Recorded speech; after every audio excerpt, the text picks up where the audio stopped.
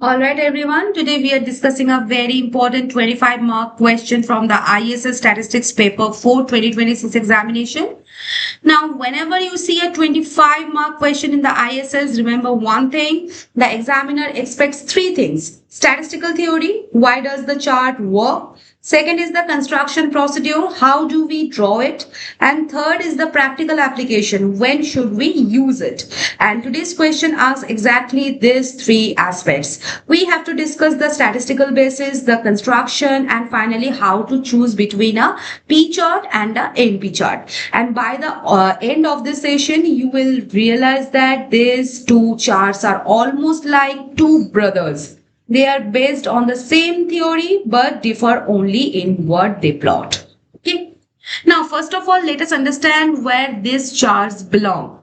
Control charts are of two broad types. First is the variable control charts.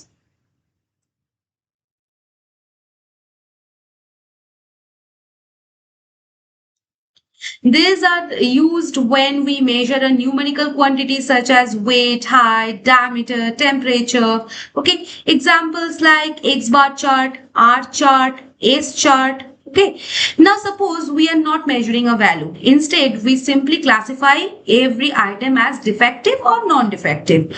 Then we are dealing with the attribute data, right? And for the attribute data, we use the charts such as the P chart, NP chart, C chart, U chart, and today's discussion is about the first two. Okay.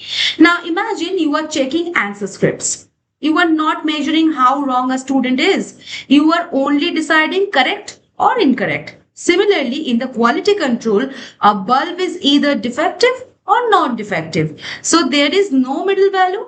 That is why the attribute charts are based on counting, not measuring. Okay.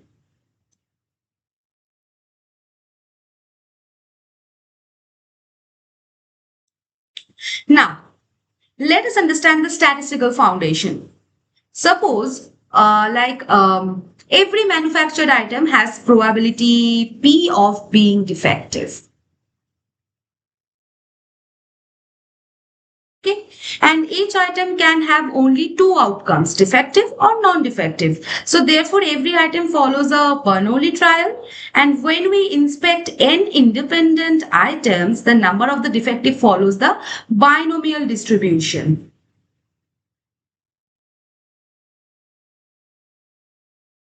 Where mean expectation of x, this is NP, and the variance of x, this is NP into 1 minus P.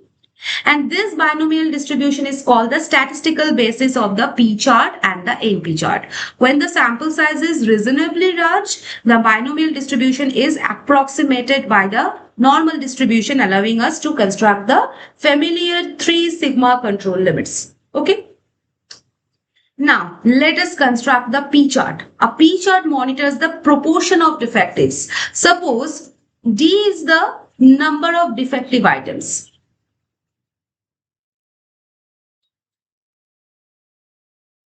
Okay, then P is what? D by N. And the central line, P bar, which represents the average proportion of the defectives.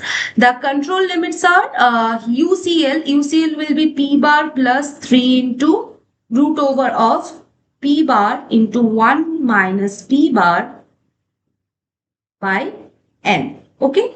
CL is the P bar and LCL, this is P bar minus 3 into root over of P bar minus 1, P bar into 1 minus P bar by N. Okay.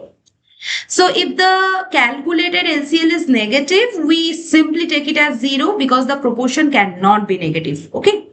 So the P chart always plots a proportion or the fraction. The vertical axis ranges between 0 and 1, or sometimes it is expressed as a percentage. Okay. Now let us study the NP chart. Instead of plotting the proportion, we directly plot the number of the defectives, and the central line becomes NP bar.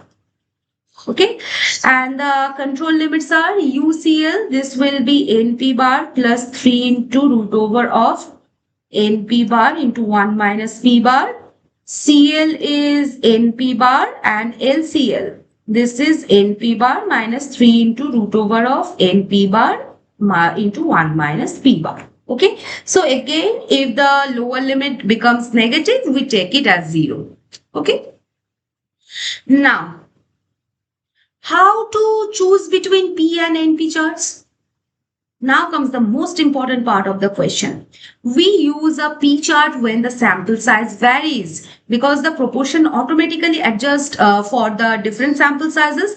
For example, today's sample 100 items, tomorrow's sample like 180 items, next day 250 items. The P chart handles this variation easily.